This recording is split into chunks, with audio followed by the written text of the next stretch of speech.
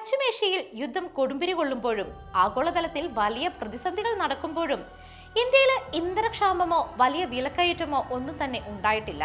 മുൻകാലങ്ങളിൽ ഗൾഫിൽ ചെറിയൊരു പ്രശ്നം ഉണ്ടായാൽ പോലും ഇന്ത്യ വിറയ്ക്കുമായിരുന്നു.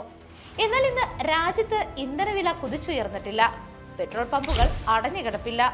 ഇതിന് പിന്നിലെ ഒരേ ഒരു ഉത്തരമെന്ന് പറയുന്നത് നരേന്ദ്രമോദി എന്ന ഭരണാധികാരിയാണ്. രാജ്യത്ത് അപ്രതീക്ഷിത പ്രതിസന്ധികൾ ഉണ്ടായാലും അതിനെ നേരിടാൻ 74 ദിവസത്തേക്ക് മതിയാകുന്ന പെട്രോളിയം ഉൽപ്പന്നങ്ങളുടെയും പ്രകൃതിവാതകത്തിന്റെയും കരുതൽ ശേഖരം മോദി സർക്കാർ മുൻകൂട്ടി ഉറപ്പാക്കിയിട്ടുണ്ട്. യുദ്ധമേഖലയായ ഹോർമുസ് കടലിടുക്കിൽ ഇറാൻ മറ്റു കപ്പലുകൾ തടഞ്ഞപ്പോഴും ഇന്ത്യൻ ചരക്ക് കപ്പലുകളെ സുരക്ഷിതമായി കടത്തിവിട്ടത് ലോക രാജ്യങ്ങളെ തന്നെ അമ്പരപ്പിച്ചു കളഞ്ഞു. ഇത് പ്രധാനമന്ത്രി നരേന്ദ്രമോദിയുടെ ശക്തമായ വിദേശ നയത്തിന്റെ വിജയമാണ്.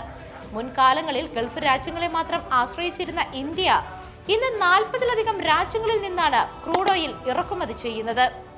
പാശ്ചാത്യ രാജ്യങ്ങളുടെ ഭീഷണികൾക്ക് വഴങ്ങാതെ രാജ്യ താൽപര്യം മാത്രം മുൻനിർത്തിക്കൊണ്ട് റഷ്യയിൽ നിന്ന് കുറഞ്ഞ വിലയ്ക്ക് എണ്ണ വാങ്ങിയ മോദി സർക്കാരിന്റെ നയതന്ത്രം ഇന്ത്യക്ക് ഉണ്ടാക്കിക്കൊടുത്തത് വലിയൊരു സാമ്പത്തിക നേട്ടമാണ്.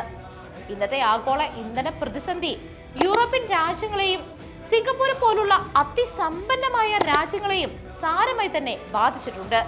അയൽരാജ്യമായ പാകിസ്ഥാനിലാകട്ടെ ഇന്ധനക്ഷാമം കാരണം സ്കൂളുകളും ഓഫീസുകളുമൊക്കെ അടച്ചിടുകയും ജീവനക്കാർക്ക് വർക്ക് ഫ്രം ഹോം ഏർപ്പെടുത്തുകയും ചെയ്തു. ഈ സ്ഥാനത്താണ് ഇന്ത്യ യാതൊരു കുലുക്കവുമില്ലാതെ വളരെ സുരക്ഷിതമായിട്ട് മുന്നോട്ട് പോകുന്നത്. ഇന്ന് രാജ്യം നേരിടുന്ന വെല്ലുവിളികളെ മറികടക്കാൻ കേന്ദ്ര സർക്കാർ രാപ്പകൽ പ്രവർത്തിക്കുകയാണ്.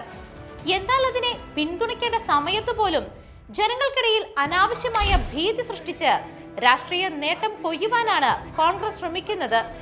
ഇന്ധനക്ഷാമം ഉണ്ടെന്ന ധാരണ പരത്തി കോൺഗ്രസ് ഭരിക്കുന്ന സംസ്ഥാനങ്ങളിലും ചില പ്രതിപക്ഷ മേഖലകളിലും ബോധപൂർവം തന്നെ പാനിക് സൃഷ്ടിക്കപ്പെടുകയാണെന്ന വിമർശനവുമുണ്ട്. പെട്രോൾ പമ്പുകളിലും ഗ്യാസ് ഏജൻസികളിലും അനാവശ്യമായ ക്യൂക്കൾ ഉണ്ടാക്കാൻ ജനങ്ങളെ പ്രേരിപ്പിക്കുന്നതും യഥാർത്ഥത്തിൽ വിതരണ സംവിധാനത്തെ തന്നെ ബാധിക്കുന്നുണ്ട്. ഇതിലൂടെ സാധനങ്ങൾ പൂഴ്ത്തിവെച്ച് കരിഞ്ചന്തയിൽ ഉയർന്ന വിലയ്ക്ക് വിൽക്കുവാൻ ശ്രമിക്കുന്ന മാഫിയകൾക്ക് അവസരം ലഭിക്കും എന്നുള്ള കാര്യവും നമ്മൾ മറക്കരുത്.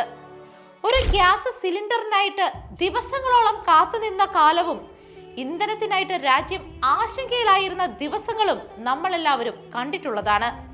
എന്നാൽ ഇന്ന് സാഹചര്യം ഏറെ മാറിയിരിക്കുന്നു.